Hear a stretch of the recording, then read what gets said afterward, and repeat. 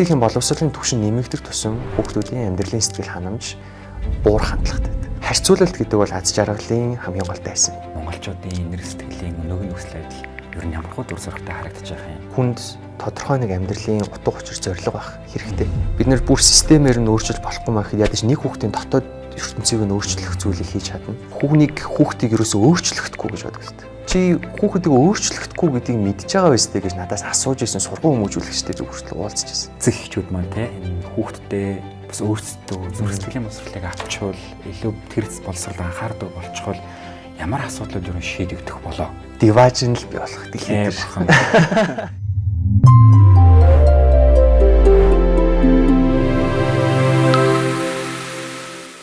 Сайн мэцхан эрхэм үзэгчтэй, эрхэм сонсогчдоо сайн сайхан байдлын тухай шинжлэх ухаанч байр сууриас шинэлэг мэдээллийг хүргэх зорилготой манай Wellbeing podcast-ийн ээлж дугаар эхлэхэд бэлэн болоод байна. Бид нар өнөөдрийнхээ дугаараар та бүхэнд Монголын залуу сэтгэл судлаач нарын төлөөлөл болсон бас залуу судлаач нарын нэлээд чухал төлөөлөл болж гарч ирж байгаа нэгэн чухал хүндтэй эрдмийн өөрийнхөө жаваа сэтгэл судлаач бас судлаач хүнийг авчирсан байгаа. Тэгэхээр та бүхэнд эхлээд зочноо танилцуулъя. За өнөөдрийн манай зочноор болохоор СИ сургалт Монгол Төрөмс байгууллагын дэд ахлах судлаач мөн танин мэдхүйс суурилсан энерги сэтгэлийг хөгжүүлэх төслийн судлаач, сургагч багш Ламсрангийн зөч хүрэлцэн ирсэн байна. Тэгээд Монголын сэтгэл судлалын салбарын шинэ үеийн төлөөлөл болж бас таныг бид нэр подкастнда урьж байгаа. Тэгээд бидний урилгыг хүлээн авч цаг гаргаж байгаа танд маш их баярлалаа. Баярлалаа. Урьж оролцуулж байгаад маш их баярлалаа. За зуны амралт хэрхэн өнгөрж ийн энэ зун юм хэрхэн өнгөрөө гэдгээс болоо яриагаа эхлэе бас зочинтойгоо бас амралтын тухай ярилцъя. Амралтыг наадмын хэд хоног л амарлаа. Тэрнээс өмнө байнгын иш тийш хөтөлбөрүүдтэй үйл ажиллагаатай явсаар хагаад сургалттай, судалгаатай бас 6 сар ер нь битүү ажилтай байж байгаа л сая наадам тэрэлж рүү явж арьсаа 30-тал борлож байгаа л. За хуулинд нь ярилцах нэлээд өргөн сэдвүүд байгаа. Тэгэхээр би эхлээд нөгөө ямааны мах халуун дээр гэж монголчуудын хэлдэг энэ сайхан үг гэдэг шиг саяхан болсон нэлээд том конференцийн ард гарлаа тий.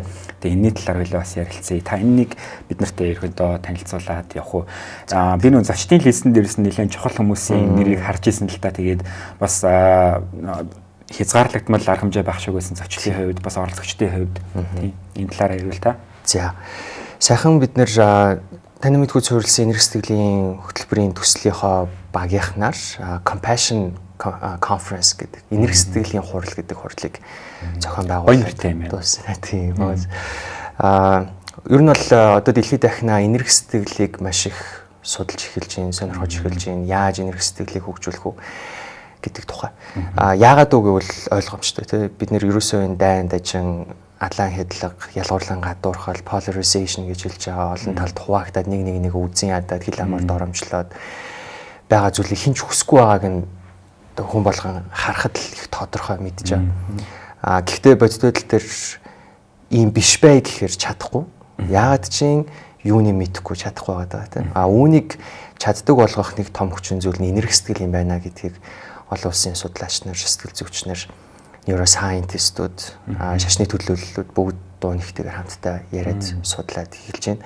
Үүний хүрээнд бид нэр энэ энерги сэтгэлийн хурлыг бас зохион байгуулсан. Тэгээ миний хувьд болохоор яг төслийн зохион байгуулалтан дээр биечлэн оролцохоос илүүтэйгээр бид нэр саяхан энэ CBCT буюу танин мэдгүй суурилсан энерги сэтгэлийн хөтөлбөрийг Завхан аймагт төрийн одоо албаны 150 оролцогч нарт хөтөлбөрөө хүргээд 1 сарын хугацаатайгаар түүнийхээ үр дүнг нь гараа болон барианы үед нь хэмжээд чанарын судалгаа аваад ийм цогц quasi experiment гэж хэлдэг. Туршилт төсөөд судалгаа явуулаад үр дүнгээ би танилцуулсан. Тэгэхээр би яг тэрийг хийсэн гэсэн. Тэгээ энэ нь бол одоо нөгөө таны сая хэлсэнчлэн дэлхийд одоо алдартай судлаач нар эрдэмтэд буюу жишээ нь одоо Emotional Intelligence гэдэг номын зохиогч Daniel Goleman байна.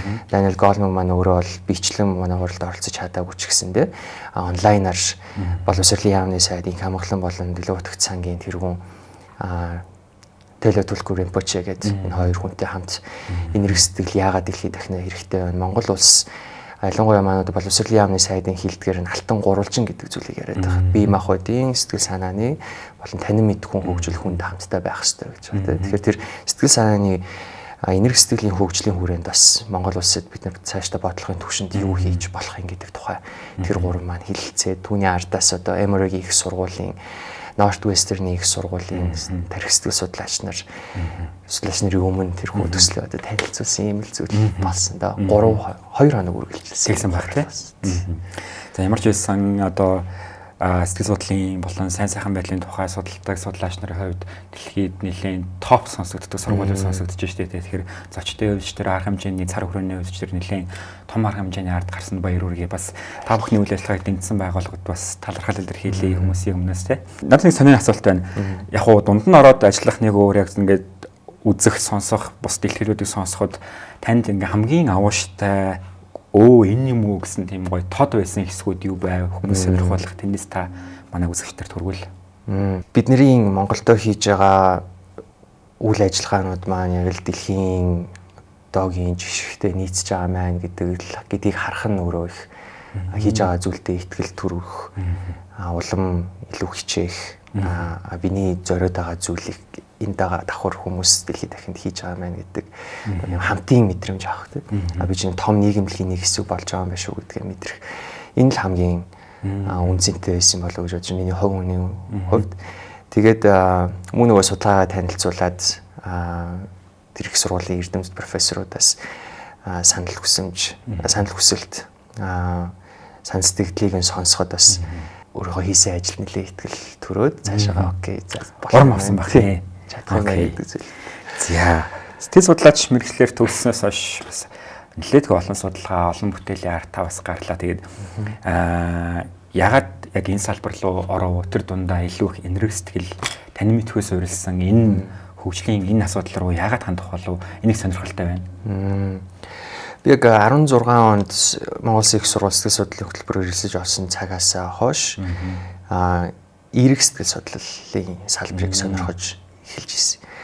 Тэгээд 2 дугаар курсээс эрдэм шинжилгээний хурлуудад орохдоо энэ энерги сэтгэлийн асуудлуудыг хөндөж барьж аваад энерги сэтгэлийг яаж хэмждэг гэдэг тэр асуумжуудыг нь Монгол руу яаж нутагшуулах уу, яаж баталгаажуулах уу гэдгээс эхлээл ер нь бол энэ чиглэл рүү ороод тэгээд 22 онд мастертаа Тайван руу явсан цагаас хойш бас л яг нөгөө сэдвээ барьж аваад дараагийн төвшөнд нь гаргах гал хичээгээ явж исэн. Тэгсэн чинь 24 онд би их сургуулаа төгсөөд эргээд Монголд ирэх үедээ зэрэгцээд одоо манай Монгол Улсын их сургуулийн миний бакалаврын дипломыг удирдах исэн. Болт Сүрэн багш маань доктор Болт Сүрэн Си сургалт гэдэг судалгааны төвд, сургалтын төвд судалгааны хэлцийг ахлаад явж байгаа гэдэг надад хэлээд тухайн судалгааны төвд ажиллах боломж байгаа шүү гэдгийг хэлсэн. Тэр судалгааны төв, сургалтын төв нь юуг судалдаг заад юм бэ гэхээр нийгэм сэтгэл хөдлөлийн харилцааны болон ёс зүйн чадваруудыг хүүхдүүдэд цэцэрлэгийнхэн наснаас эхлүүлээд заадаг. Ийм сургалт. Emory их сургууль дээр анх хөгжүүлэгдсэн. Тэгээ Монголд орж ирээд дөнгөж 3 дахь жилдээ бүх номнуудыг дөнгөж орчуулад нутагшуулаад тэгээд энэ сургалт маань үнэхээр хүүхдүүдэд үр дүнгээ өгж гэнэ гэдгийг бид нар судлаад эхэлж ирсэн үе. Тэгсэн чинь миний нөгөө судлаад байдаг эерэг сэтгэл судлал маань энэ том агуулгын ердөө нэг хэсэг нь болж исэн байсан байхгүй тийм. Тэгээд өөр ямар хэсэг байгаа юм бэ гэсэн чинь манай хөтөлбөрийн бусад одоо тулын 3 чөлөө гэж бид нэрлэдэг. Нэг нь эерэг сэтгэл судлал, нөгөөх нь болохоор зан үйлийн сэтгэл судлал. Бид нэр танин мэдхүйд тулгуурлан хүүхдийн зан үйлийг өөрчлөх боломжтой гэдэг. Нөгөөх нь болохоор neuroscience. Энэ бүх өөрчлөлтүүд чинь мэдрэлийн эсийн түвшиндөө, химийн урвалынхаа түвшиндөө үнэхээр явдсан шүү гэдэг баталгаажуулдаг энэ 3 зүйл. Ингэснээрээ бид нэр хүүхэд болгонд ядчил дор хаяж өөрийнхөө сайн сайхны төлөө ямар нэгэн үйлдэл хийдэг мэдлэгтэй чадвартай. Энийг бол бид нөгөө сэтгэл хөдлөлийн чадварууд гэж нэрлэдэг. Өөрийнхөө сэтгэл хөдлөлийг таньдаг, зөв таниад түүнийг зөв илэрхийлдэг. Зөв илэрхийлж сурахгүй бол уур эргээд одоо сөрөг харилцааны циклийг үүсгэн тэр цикл дээрээс улбаалаад нөгөө талцал, хуваагдал, хэрүүл маргаан, ялгуурлангаа дурхлууд үүснэ. Тэгэхээр хамгийн суур нь ерөөсөө энэ сэтгэл хөдлөлийг зөв удирдах юм байна. Тэгжиж нөгөө миний хүсэж байгаа аз жаргалтай сэтгцийн сайн сайхан байдлын хувьд өндөр стресс түгшүүр багтай сэтгцийн эмгэгүүдэд өртөх эрсдэл багтай ийм одоо насанд хүрэгч тэр багаасаа бий болох юм байна гэдгийг олж хараад тэгээд ерөнхийдөө бол бүр ишиг ингээд ирж ирдэ яваад орсон.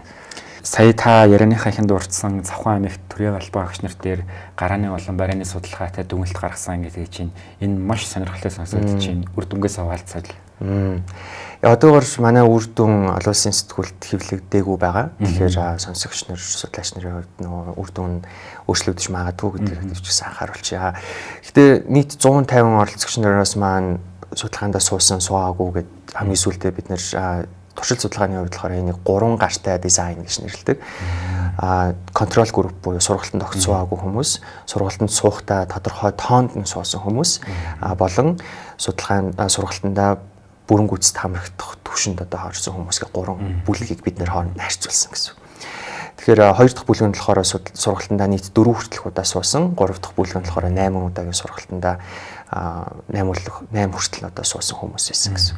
Ингээд бид нэр хүмүүсийн сэтгцийн үзэгдлийг нь хэмжихэд ямар өөрчлөлт гарсан бэ гэхээр 8 хүртэлх суусан болон 4 хүртэлх суусан хүмүүсээ бид нэр нийтэд нь хамтд нь туршилтын бүлэг, хяналтын бүлэг буюу контрол бүлэгтэй харьцуулаад үзэхэд бидний хэмжсэн 7 үзүүлэлтээр долууланд нь статистик ач холбогдол бүхий эерэг үр дүн ажиглагдсан.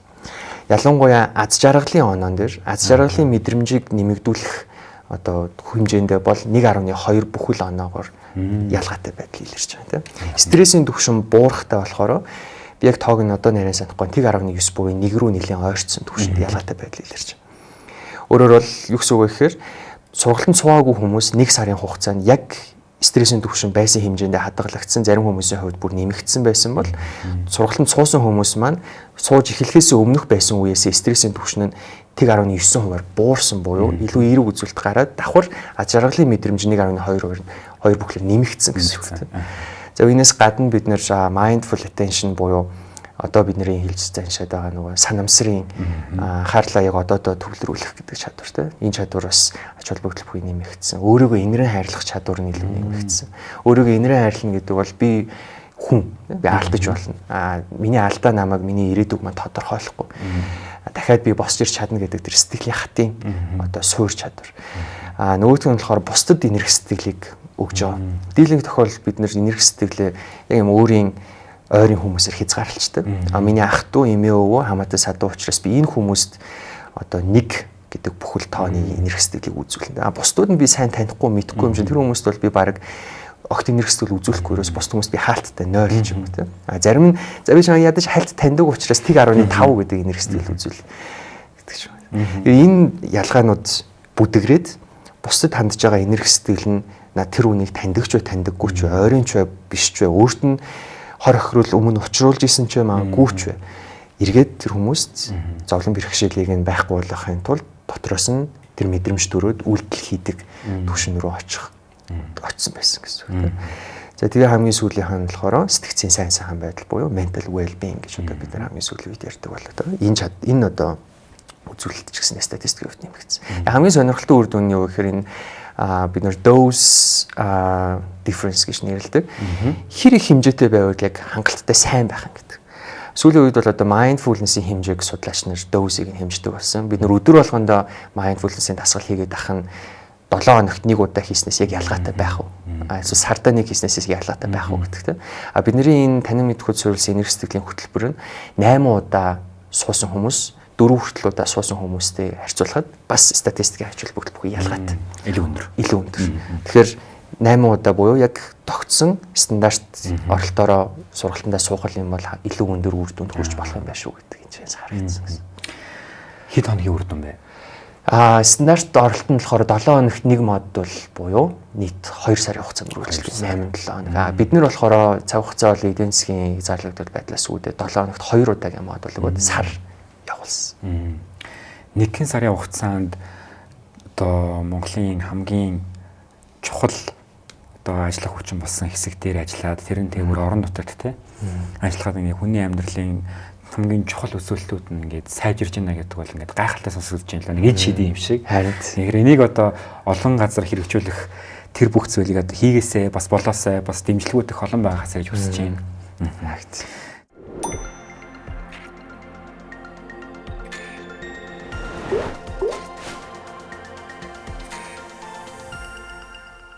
За сонсож байгаа хүмүүс магадгүй үзэж байгаа хүмүүст одоо тэгвэл энэ чинь би үзмээр байна. Би бас өөрсөн дээр туршилтаа гэвэл ер нь ямар боломжууд байгаа юм бэ? Монголд бид нэр CBCT гэдэг нь ямар үг юм бэ гэхээр Cognitively Based Compassion Training гэж анх бас MRX сургууль дээр 2004 онд байна.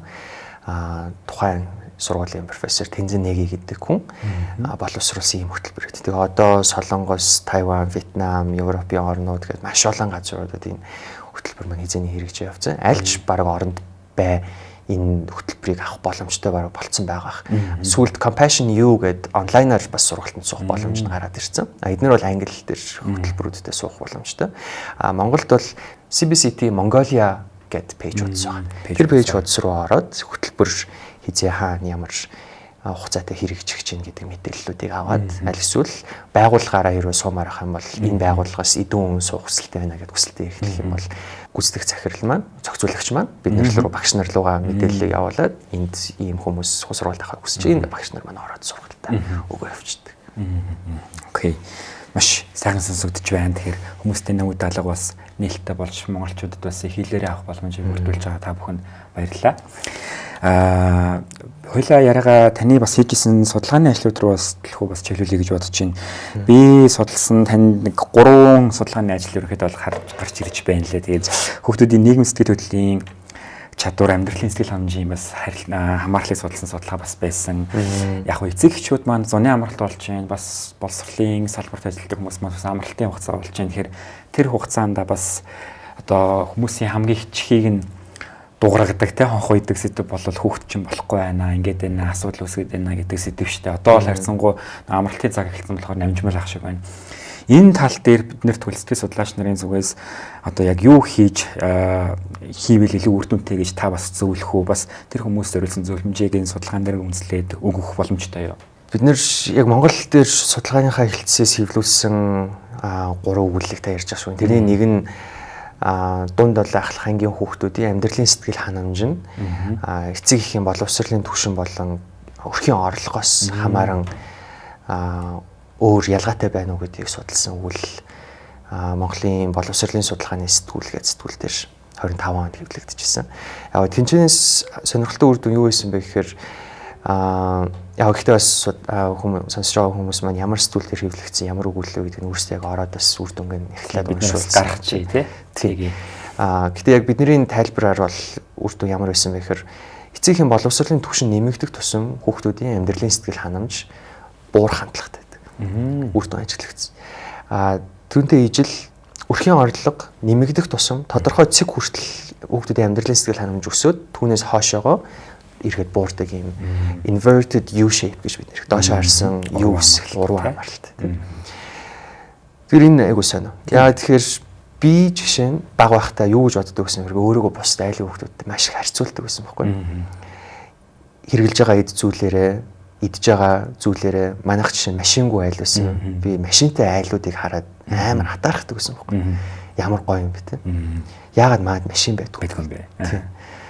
Энэ болгон эргээд надад яаж нөлөөлж ирсэн бэ гэхээр миний амьдралын сэтгэл ханамжаас ингээл идээл байсан. Одоо бол бид нэр хүмүүс их сонсдог болсон байх. Харьцуулалт гэдэг бол аз жаргалын хамгийн гол дайсан.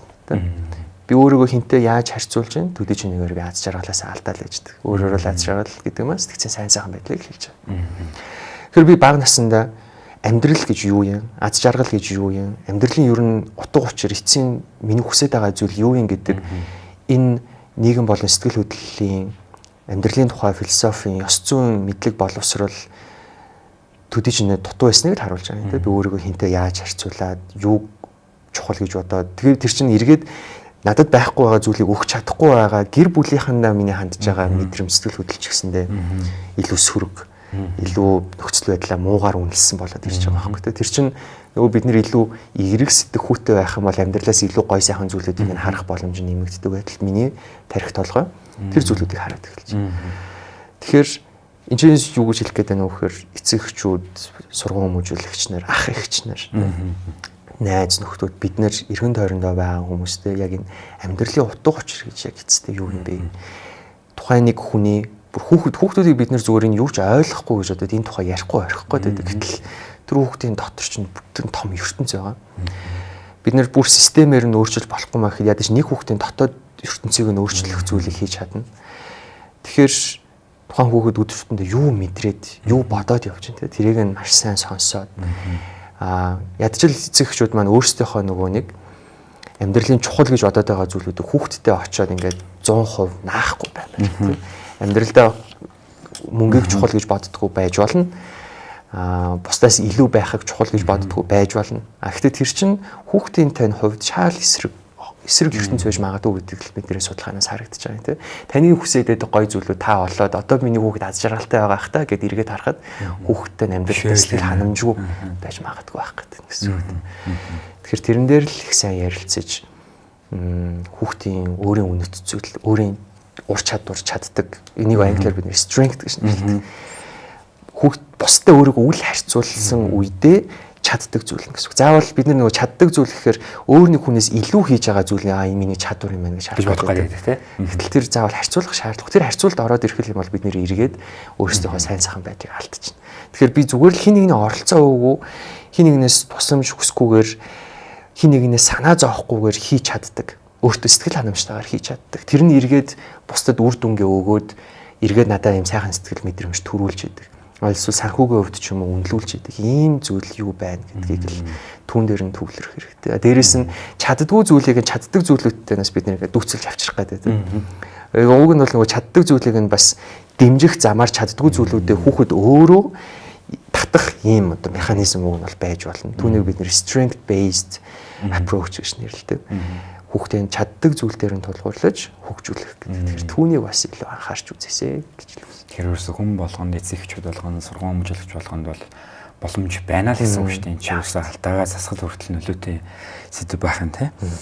За бусдыг энэрэг хайрлах, өөрийгөө ойлгох бас одоо нэг юм энэрэг сэтгэл одоо чиглэсэн судалгаануудыг бас төслүүдээр нэлээд ажиллаж байхад яг нэг яг маш том мега датагаар гарч ирээгүй байж болно. Таныхаар ер нь манай монголчуудын энерги сэтгэлийн өнөөгийн нөхцөл байдал ер нь ямар хөө дүр зурагтай харагдаж байгаа юм. Би айгу бүдүүн бараг асуулт сууж байгаа гэдгийг ойлгож байгаа. Яг тийм яг таны хэлсэнчлэн бид нарт стандарт оноо болоодогоор байхгүй энерги сэтгэлийн хувьд. Гэхдээ энерги сэтгэлийг бид нэр хэмжиж чадах ихний одоо алхам дээр хүрээд ирсэн.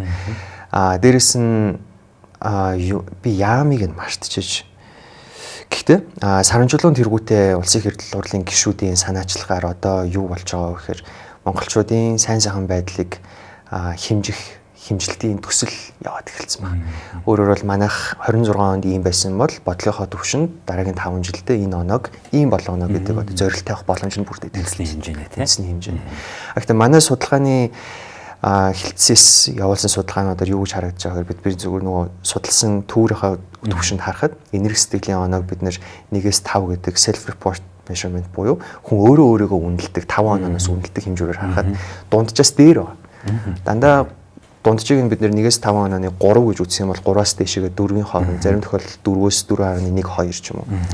Энийг болохоор бид нэр хажуу тийшээгээ хазаалттай гэж нэрлэж болно. Эерэг тал руугаа. Гэхдээ энэ бол зөвхөн хүн өөрөө өөрийгөө үнэлж байгаа оноо л гэдэг бид нэр аюулсан бодох хэрэгтэй. Ялангуяа монголчуудын хувьд өөрийгөө хитийдүүлэн үнэлж иж магадгүй. Бид мэдэхгүй монголчууд тэгдэг гэж байгаа юм биш гэхдээ мэдэхгүй. Манай судалсан хүмүүс маань тэгж үнэлдэг хүмүүс байж магадгүй. Бодит байдал дээр зан үйл нь ямар байна гэдэг бид нэр миний хувьд ажиглалтаар л хариулж чадна. Ажиглалтын төвшөнд. Ажиглалт гэдэг бол нөгөө баталгаа чанар маш муу тийм. Энэ бодит байдлаас хол зөрүүтэй байж магадгүй. Тэгэхээр миний ажиглалт юу вэ гэхээр энерги сэтгэл маш их суларсан. Маш их суларсан гэж би хэлээ. Суларсан гэдэг нь бид бас нөгөө өндөр байсан үед нь амьдарч исэн хүн учраас суларсан гэж хэлээд байгаа юм биш. Зүгээр өөрийгөө бага настайгаа харьцуулахад л суларсан гэж. Жишээ нь намайг бага байхад гудамжинд явж байгаад яадаг байсан гэхээр бид нэр найзуудаараа ингээд юм өргөөд явж байгаа настай эмээ өвөөнрийн өргөө явж байгаа зүйлийг гэрлүүн яагаад ч бид нэр цаанаасаа очиод эмээ би юм чи өргөөлөө туслая гэж тусалдаг байсан байхгүй. Гэхдээ би сүүлийн үед өөрийгөө бас тэгснийг өөрөөсөө огт санахгүй. Миний эргэн тойронд байж байгаа хүмүүс хин нэгэн дээр очиод би тийм зүйлийг гэрчилсэн, хажуунаас нь ажилласан зүйлийг ч санахгүй байгаа байхгүй. Сүүлийн 10 жилийн хувьд зүгээр юм өдөртмийн амьдралын чинээс эхлүүлээд бид нэр хин нэгэн хүн зовж шаналаад явж байгааг нь яг чих тавиад анхаарал хандуулад сонсдог үе хэрэг одоо байгаа бол миний хувьд энэ бас дахиад буурсан. Яагаад буурсан бэ гэхээр миний ажил амьдрал өөрөө маш завгүй болоод нэг хүнд яг сэтгэлийг нь онгойлгоод сонсоод үгүй гэдэг бол миний хувьд ингээд ажлын төлөвлөгөөр баг орж ирэх үст төвшин юм болчихж байгаа байхгүй тийм. нэг удаа ажил дээр маань орой ажил тараал хин нэг нь сэтгэл дундуур байхад би шууд дараагийнхаа амьдралын бусад үйл ажиллагаануудыг ортас мартаад тэр хүнд 2-3 цаг зарцуулаад хамтдаа сууя гэхэд үргэлж миний толгойн дотор дараагийн ажил бодогдоод байгаа. Тийм үед би яаж нөгөө хүнээ 100% анхааралтай сонсоод ойлгох үү тийм. Тэр энэ асуудлууд байгаа болов уу гэж би бодож байгаа. Тэгээ өөр бусад зөндөө иргэн тойрны нэмэлт асуудал, шаардлага, хүлээлт, хариуцлагаас улбаатайгаар бид нэг нэгэндээ анхаарал хандуулж байгаа маань энэ хүн сайн сайхан байхад нь би юу хийж чадахгүй, зовлон бэрхшээлийг нь бага болгоход нэмгэлэхэд би юу хийж болох вэ гэдэг. Тэгээ тэрийгээ бас нөгөө артлын өөрт нь эргээд ирж байгаа ашиг сонирхлыг бодохгүйгээр ингэж өөрөөсөө өгөх гэдэг хариу нэхгүй байх. Тэрийг бодлоо бид нэр англи дээр болохоор warm heartedness гэж нэрлэдэг. Чин сэтгэлээс, чин дулаан сэтгэлээр бусдад туслах гэдэг. Тэр бас их багасж байгаа болов уу гэж би бол анзаардаг. Тэгээд иргэн дөрөвнөөс найзуудтайгаа харилцаанд ороход ч гэсэн өөрөө бас нэг сайн тэгж чадахгүй юм шүү дээ. Найзуудаас тийм хүсдэг юм байна шүү дээ. Хүлээгээд. Найзууд бас тэр хэрэгцээг маань төдийлөнөөс хангаж чадахгүй юм байна. За таны одоо судлаачаар ажиллаж байгаа энэ Си Монгол Төгс байгууллагыг одоо зүрх сэтгэлийн боловсрол гэж нэрлээд байна. Энэ Монголын боловсролын системд ажиллаж байгаа багш нар, сургууль хүмүүжүүлэгч нар мөн нөгөө талаасаа бас 24 цагийн багш болдог эцэг эхчүүд маань энэ хүүхдтэй бас өөрсдөө зүрх сэтгэлийн боловсролыг авчвал илүү тэр боловсрол анхаардаг болчихвол ямар асуудлууд юу шийдэгдэх болоо? Диважн л би болох дэлхийд бид нэр одоо би саяхан 6 сард Нью-Йоркд Mind and Life гэдэг байгууллагын Summer Research Institute гэдэг хөтөлбөрлөө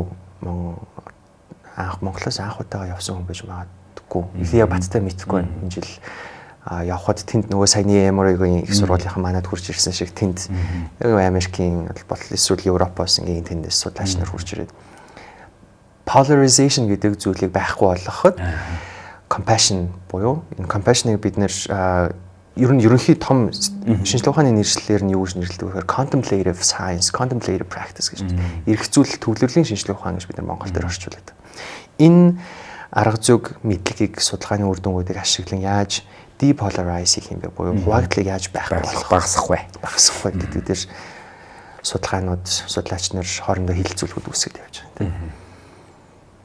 Тэгэхээр харж байгаа зүйл нь юу вэ гэхээр ерөөсөө нь polarization гэдэг зүйл чинь бидний өдөр тутмын амьдралын хуваагдал, үл ойлголцол, талцал, дайн, ялгуурлан гадуурхал нэг хүнийг ижил түвшинд харахгүй дээрээс доош харах, хүний эрхийг нь зөрчих, хүүсдээр нь тулгуурлан хүчирхийлэх энэ бүгдийн одоо суур байгаа байхгүй тийм.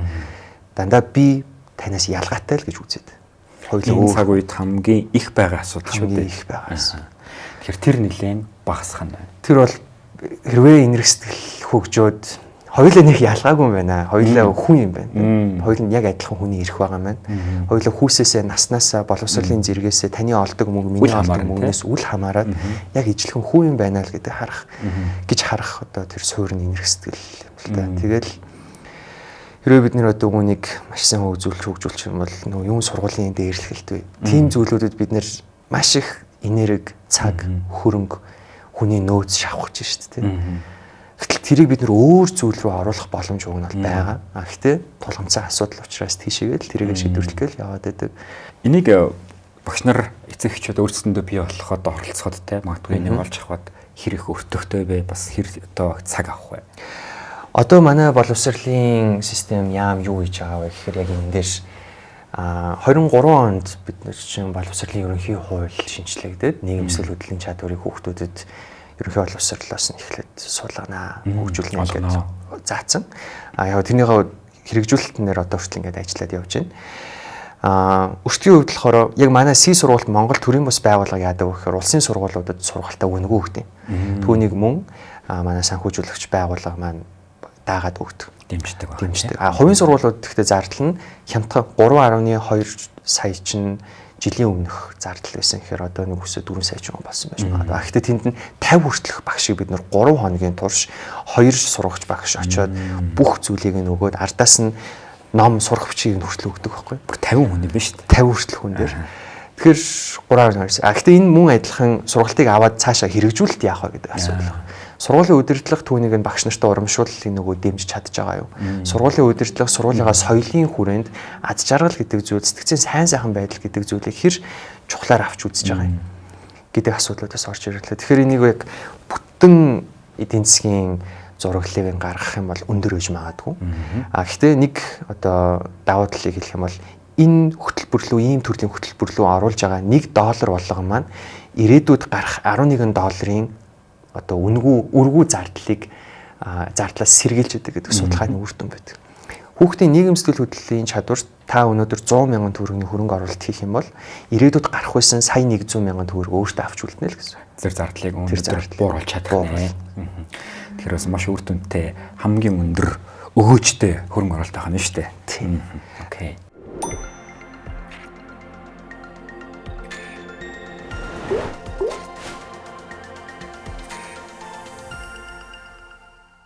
Нэр сая нөгөө Summer Research Institute дээр Америкт энэ зүйлийг юу гэж хараад эхэлсэн судлаач нар юу хүсэж мөрөөдөд эхэлсэн байна вэхээр бид нар хүүхдүүдийн нийгэм сэтгэл хөдлөлийн чадвар гэдэг хичээлийн 40 минут ороод ингээд зардал гаргаад цагийг нь үрээд баймирг байна. Тэрний оронд нөгөө нэг хуулийн, эдийн засгийн, санхүүгийн мэдлэгийг нь олгоё тийм. Энэ чадварыг хүүхэд хизээ яаж одоо 100% embodied гэж бид нэр хэлдэг ийм өөр хэмжээний эрдэм болгодог вэ гэхээр тийм чадвартай хүнийг харж даган дуур ажил болт юм. Өөрөөр бол бид нэр хүүхдэд сургалтыг нь өгдөг биш, багш битгэх тогтолцоо руугаа нийгэм сэтгэл хөдлөл болон contemplative practice-уудыг маш сайн шингээчих юм бол системийн хувьд тийм. Системийн хувьд түүнийг өөрөөсөө цацруулж идэг багш нар ангид очиод тэр багш нараас хүүхэд зүгээр л хүн гэж ийм байд юм байна. Би том болоод энэ багш шиг хүн болмоор байна. Жинхэнэ үлгэр дуурайллыг үзүүлэх замаар сургаж болно. Тийм л байлгахыг хүсэж байна гэд хараад эхэлсэн. Бид нар ч гэсэн бас тэр зүг рүү нь одоо ирээдүйд явах бах. Тэхийн тулд нөгөө багш битлэг тогтолцоо руугаа ОБИС руу багш нарын хөтөлбөрлөө эдгээр шинэ ур чадварууд маань орох хэрэгтэй. Энэ дээр бас дахиад нэг заавал дуртахгүй болохгүй. Багш гэдэг хүний амьдралд одоо тохиох гайхамшигтай хүчтэй хүн байхгүй. Дийлэнхтэй хүмүүс хүүхдийг ерөөсөө өөрчлөхдөггүй гэж боддог. Би бүр нэг сургууль дээр очиод чи хүүхдийг өөрчлөхдөггүй гэдгийг мэдж байгаа биз дээ гэж надаас асууж ирсэн сургууль хүмүүжүүлэгчтэй би бүртэл уулзч ирсэн. Ингээд толгой ингээд юу яриад байгаа юм болоо гэж бодож байгаа байхгүй миний хувьд. Хүүхэд өөрчлөгдөн гэж итгэж үнэмшиж ижил уунаас сургууль хүмүүжүүлэгч болох биз дээ. Тэгэхээр багш нар маань хүний амьдралыг 180 градус эргүүлэх үс юм хүчтэй гэдгийг эхлээд өөрсдөө маш сайн ойлгоод түүнийг бүр хүлээн зөвшөөрөөд тийм. Түүнийхээ тулд би бүр хизээж зогсохгүй сурж хөгжиж боловсрч явах ёстой гэдгээс хүлээн зөвшөөрөх хэрэгтэй. Тэгэхгүй бол зарим сургуулиудад сургалт өгөөд явж хахад та нар энэ шаардлагаа эцэг эхчүүдэд очиж тавиач гэж өөрсдөөсөө үүрэг хариуцлагыг эсвэл өөрсдийнхөө одоо бүрэн хүч чадлаа ингэж нөгөө эзэмшээ хүлээж аваагүй тийм би бол чадваргүй штэ эцэг эхчүүд илүү чухал үүрэгтэй штэ гэж харах хандлагатай ч юм уу тийм ингээд өөрөөсөө халдуулах гэх. Тэгэхгүйгээр ингээд бүр би хүний амьдралд хүнийг бүр хэн болгох вэ гэдгийг ингэж чиглүүлэн заах үе хүчтэй хүн шүү гэдгээ багш нар маань бас хүлээгээд давуу талаа ойлгож аваад тэрэн дээрээ бас хөгжөөд эхлэх юм бол бид нар бас нийгэмдээ нэлээд том өөрчлөлтийг ирэх жилүүдээс харах. Би бол таны яриад санал нэг байна.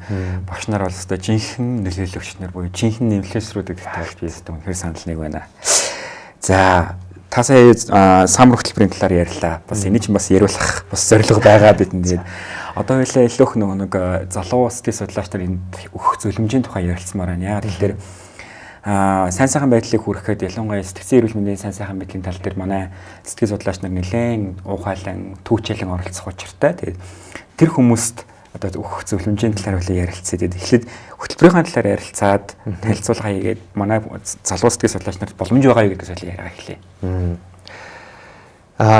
Сая тэр Mind Life гэдэг байгууллага маань болохоор 1998 99 оноос хойш үйл ажиллагаа явуулж байгаа. Тэгээд Summer Research Institute гэх нь болохоор энэ жил 23 дахь удаагийн судалгааны одоо хөтөлбөр програм. Энд яадаг вэ гэхээр хоёр төрлийн судлаач нарт Summer Research Institute боломж олгодог. Нэг нь болохоор emerging буюу дөнгөж гарч ирж байгаа судлаач нар. Нөгөөх нь болохоор established буюу яг салбартаа тэргүүлэх хэмжээний судалгаануудыг хийгээд түүжүүлэгч юм судлаач нарыг хооронд нь уулзуулад community үүсгээд тэнд шинэ залуу судлаач нар өөрсдийнхөө role model-тэй уулзах боломж олгодог гэсэн үг тийм. Өөрсдөө шүтэн биширдэг хүмүүстийг боддоор хараад лекцийг нь сонсоод тэгээд хоолны завсарлагын үеүүдээр тэр хүмүүсээс бүр 2-3 цаг амнахад асуулт асуугаад ингээд гарч ирэх боломжийг олгодог юм л хөтөлбөр. Одоо тэнд яаж явдаг вэ гэхээр өөрийнхөө аппликейшнийг явуулаад яагаад би ийшээ явмаар байгаа юм? Миний ирээдүйд харж байгаа хүсэл сонирхол юу юм? Би өөрөө яагаад энэ мэрэгжлийг эргэж хурж ирээд Монголдо түгээн дэлгэрүүлэхэд хөрөнгө оруулмаар байгаа вэ гэдэг энэ зүйлүүд их тодорхой байхад л дээрэс нь яг нөгөө судлаачийн маань өмнөх судалгааны туршлагууд хэвлүүлжсэн өгүүлэл нь ямар сэтгүүл дээр impact factor хэр өндөртэй сэтгүүл дээр хэвлүүлсэн гэх мэтчлийн зүйлүүд болоо тооцогдно. Тэгээд дараагийн нэг боломж нь юу гэхээр emerging судлаач нар маань Summer Research Institute-д очсноороо ардаас нь 20,000 хүртэлх долларын судалгааны грантд судалгааны авах боломжтой тийм пропозалыг явуулах боломж нь бүрддэг. Тэгээд жишээ нь одоо миний хувьд манай ажлын газар маань намайг бүх нөгөө тээврийн логистикийн зардлуудыг нь гаргаад жишээ нь явуулж байгаа тийм. Цаанаас бол нөгөө сургалтын хөтөлбөр маань бол би scholarship-ийг авсан байсан. Тэтгэлгийг авсан байсан учраас үнэгүй. Хоол байрны зардлууд үнэгүй. Тэгээ ингээ явж байна. Тэгэхээр судлаач нарт бол энэ боломж нь байгаа. Хэрвээ зарим нэгэн санхүүгийн асуудлыг өөрсдөө зохицуулж чадах юм бол тийм. Өөр маш олон ийм олон улсын хөтөлбөрүүд байна. Яг энэ хөтөлбөр маань болохоор нөгөө contemplative science руугаа холбоотой учраас л би ийшээ явцсан. Бүр 9 шидийн хөтөлбөрүүд байгаа. Энийг сайн нөгөө research хийгээд. Өөрөө ч одоо social media-гийн сторионыг харж байхад чухал хүмүүсийн хичээлд бас юмыг хажуугаас нь харах боломжууд олж ирсэн л да. Тэр чинь бас хараад бас таатай санагдчихлаа, бас гоё санагдчихлаа. Бас дээрэс нь асуухад Kofi Annan fellowship-т тэнцсэн гэж би ойлгоод байгаа зөв үү? Тийм. За энэ талаараа ярилцлаа. Kofi Annan Change Makers гэдэг хөтөлбөр болохоор одоо 6 дахь жилдээ Kofi Annan-ы сангаас Kofi Annan Foundation-аас явж байгаа хөтөлбөр байдаг. Kofi Annan маань болохоор нийт 2 term гэж хэлдэг тийм 2 одоо үеийн турш нэгдсэн үндэсний байгууллагыг удирдах явж исэн ийм хүн. Одоо тэр хугацаанд бол дэлхийн нийтэд ёстой л бид дундаа улс орон бүр дундаа нэг зорилготой нэг алсын хараатай байх боломжтой юм байна шүү. Улсууд бодлоготой энэ нүбийн үнэт зүйлүүд энэ нэгдсэн нэг утга учиртай зүйлүүдийг шингээгээд явж болох юм байна шүү гэдэг дээр нөгөө рол модель нь болж исэн хүн гэж бол би хувьдаа боддог. Мөн фаундейшны бусад хүмүүс гэсэндээ тэр үүднээс боддог учраас Kofi Annan way гэдэг зүйлийг хүмүүст одоо таниулахын тулд Kofi Annan яаж одоо замсан юм бэ тийм замл нь ямар байсан тийм яаж бусдад энэ түвшний рол модель болж чадчихжээ. Яаж дараа үеийнхэн Kofi Annanтай яг Kofi Annan болдоггүй маа гэхэд Kofi Annan-ы одоо үйл хэргийг үргэлжлүүлэх тэр ихтгэл зорилгыг яаж улбаалж ингэж уламжилж цаашаа явуулах уу гэдэг ийм л үндсэн философитой хөтөлбөр. Тэгээд хөтөлбөр нь болохоор 6 дахь жилдээ явж байгаа. Яг 6 дахь кохортыг болохоор яаж сонгосон бэ гэхээр 5 дахь үеийн кохортоос хүмүүсийг нэр дэвшүүлээд тэгээд манай найз Вьетнамаас одоо өмнө жил сонгогдчихсэн. Бид хоёр бас өмнө 25 онд өөр хөтөлбөр дээр танилцчихсэн. Энэ итгэгт Нью Делид байрладаг ЮНЕСКОгийн MJIP гэдэг ЮНЕСКОгийн судалгааны байгууллагууд 2 түвшинтэй байд юм байна гэж би одоо сүүлийн ойлгоод байгаа. Нэгдүгээр түвшин буюу яг ЮНЕСКОгийн үндсэн үйл ажиллагаануудад бодлогод чиглүүлэг өгдөг, судалгаануудыг гаргадаг ийм түвшний байгууллага. Махатма Гандигийн институт гэж нэрлэдэг. Бас л адилхан нөгөө инх тайван байдал, сайн сайхан байдлыг л зорддог байгууллага. Тэгээд тэнцэнээс явуулдаг залуу манлайллын хөтөлбөр дээр бид хоёр танилцаад тэгээд Монголд ирээд байжсэн чинь над руу эргэж холбогдоод ийм хөтөлбөр байдгаа би бас энд орсон. Чамайг номинейт хийлээ шүү, хийж болох уу? Тэгээд би окей. Тэгээд тэнд тэнцээд тэгээд сайхан сонсогдож байна. За цоч маань бас статистикийн чиглэлээр ном гаргасан. Тэгэхээр залуу сэтгэл судлаач нар нэлээд хэрэгцээтэй, нэлээд өндөр борлуулалттай гэж би бас сонссон байна. Тэгэхээр энэ номныхоо талаар та бас энэ ном юу ягаад чухал вэ гэдэг талаар байлаа бас нэг товхон ярьдаг юм. Тийм, тэр номны нөгөө борлуулалтын мэдээлэл надад байдаг учраас анх удаа тэрнээс өндөр байдгийг сонсоход тун гоё баяртайтай байна. Статистикийг бид нэр би бол жишээ нь одоо 10 жилдээ математиктаа маш муу хөгт байсан байхгүй тийм. Тэр математиктаа муу байснаар маань намайг хүмүүс маш их үнэлдэг. Физиктэй муу дүгнэдэг тийм. Энэ хүүхдөө математиктаа муу учраас ирээдүйдний хол явахгүй байх та гэдэг хандлагыг багш нараас шууд мэдэрдэг байсан байхгүй тийм.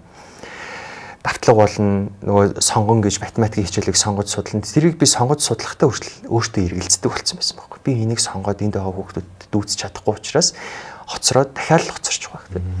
Би хичээлээс гадуур үйл ажиллагаануудад явах гэхэд манай гэрт тийм санхүүгийн боломж байх.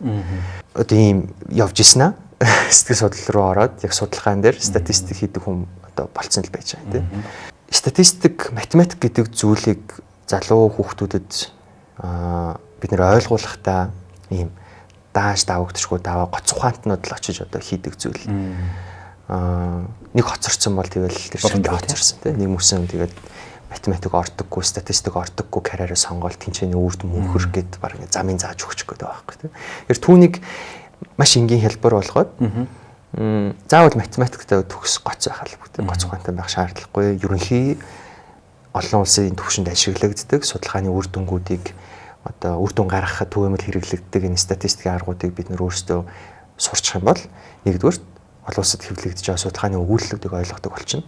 Хоёрдугаар судлаач өөрөө судалгаа явуулаад үр дүнгээ тайлагнахтаа олон улсын чансаа өндөртөө сэтгүүлүүдэд хүлээн зөвшөөрөгдөх үсэн өгүүлэлийг бас бичихтэн л ойртуулах зорилгоор энэ номыг анх бичижсэн. Гэхдээ агуулгын хувьд бол мэдээж хязгаарлагдмал бакалаврын оюутнуудад анх статистикийн хичээл үзэж байгаа оюутнуудад зориулж гаргасан юм ном.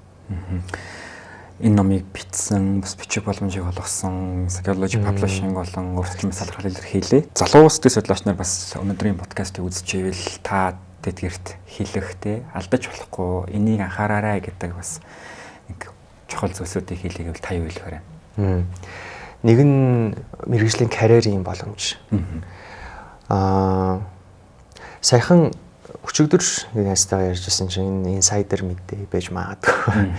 Нэг судалгааны үр дүнгээр 2030 он гэхэд сэтгэл судлалын зах зээл тийм маркетинг бүр ингээд мэргэжилтнүүдээр ханаад тэлээд ингээд гах цацна гэж байгаа байхгүй. Тэгээ прогноз нь бол өөрөөр бол мэргэжлээрээ сураад ажлын байр олдохгүй л гэсэн 4 жилийн дараа. Гэхдээ энэ бол тэр нэг байгууллагын хийсэн судалгааны үр дүн. Яг ер нь бол төгсөгчний том маш их байна. Тийм. Маш их байна. Тийм учраас бид нэр Монголдо энэ салбараа тэлэх хэрэгтэй. Жишээ нь соёлын сэтгэл судлаач гэдэг хүнтэй би Монгол таарч байгаагүй. Монголын соёлыг судалдаг. Чингис гэдэг хүнээр төлөөлүүлж монголчуудын сэтгхүүд нийтлэг ямар соёлын ойлголт үүд. Эрэгтэй хүмүүсийн дунд оршдог. Одоо сайхан бид нөгөө нийгмээр ил болсон асуудал байна тийм. Эрэгтэй хүмүүсийн хооронд баг үүссэн яриа байгаа байхгүй тийм. Эрэгтэйчүүд аавнгаалаа сууж исэн, эрэгтэйчүүд хоорондоо ярьсан. Тэгэхээр эрэгтэй хүмүүсийн хооронд хөвшмөл болсон ямар соёлын ойлголтууд байгаад байна. Уг нь бол тэнд нэг хүний буруутай үйл ажиллагаа надад бол биш юм шиг санагдаад байгаа байхгүй. Соёлын түвшиндээ бид нэр боловсролынхоо системээр дамжуулаад хинд юу хүргэсний л илэрлэн үр дүн. Уг нь бол миний бодлоор бол одоо жишээ нь бодлого боловсруулагч боловсролын яам маань бид үүргээ сайн гүйцэтгэж чадсангүй гэдээ уучлахгүй байгаад байж ах нь надад зүү зохистой юм шиг. Гэтэл ижилхэн зургийг оруулаад түнд шүүмжлээд байж тээ. Тэгэхээр энэ соёлын сэтгэл судлал, боловсролын сэтгэл судлал. Одоо бид нэр боловсрол болон сургуулийн сэтгэл зүйчээ холчод яваа даа. Боловсролын сэтгэл судлаач гэж яриад сургуулийн сэтгэл зүйчнэр бэлдээд яваа даа. Гэтэл боловсролын сэтгэл судлаач гэдэг чинь бодлогынхоо төвшөнд боловсролын агуулга үйл ажиллагаанууд хүүхдэд яаж тэгш хүртээмжтэй хүрэх үү, хүүхдүүдэд яаж одоо илүү үр дүнтэй хүрэх үү гэдгийг нь судлаад явж байгаа тийм судлаач. Уур амьсгалын өөрчлөлтийн сэтгэл судлаач. Уур амьсгалын сэтгэл судлаач, цагуурын сэтгэл судлаач тийм. Бид нэр яг одоо COP17 жишээ нь улс орондоо эхний ээлжийн нөгөө жижиг хуулбарыг зохиох гэж тийм. Эхний шатны уулзалт гэж нэрлэх үү аль бисны нэршлиг мэдгүй. Яагаад юм бэ гэхээр бид нар чинь цөлжөөд усаа алдаад ургамал модоо алдаад дууссан багшийн дараатлаар одоо шүү дээ.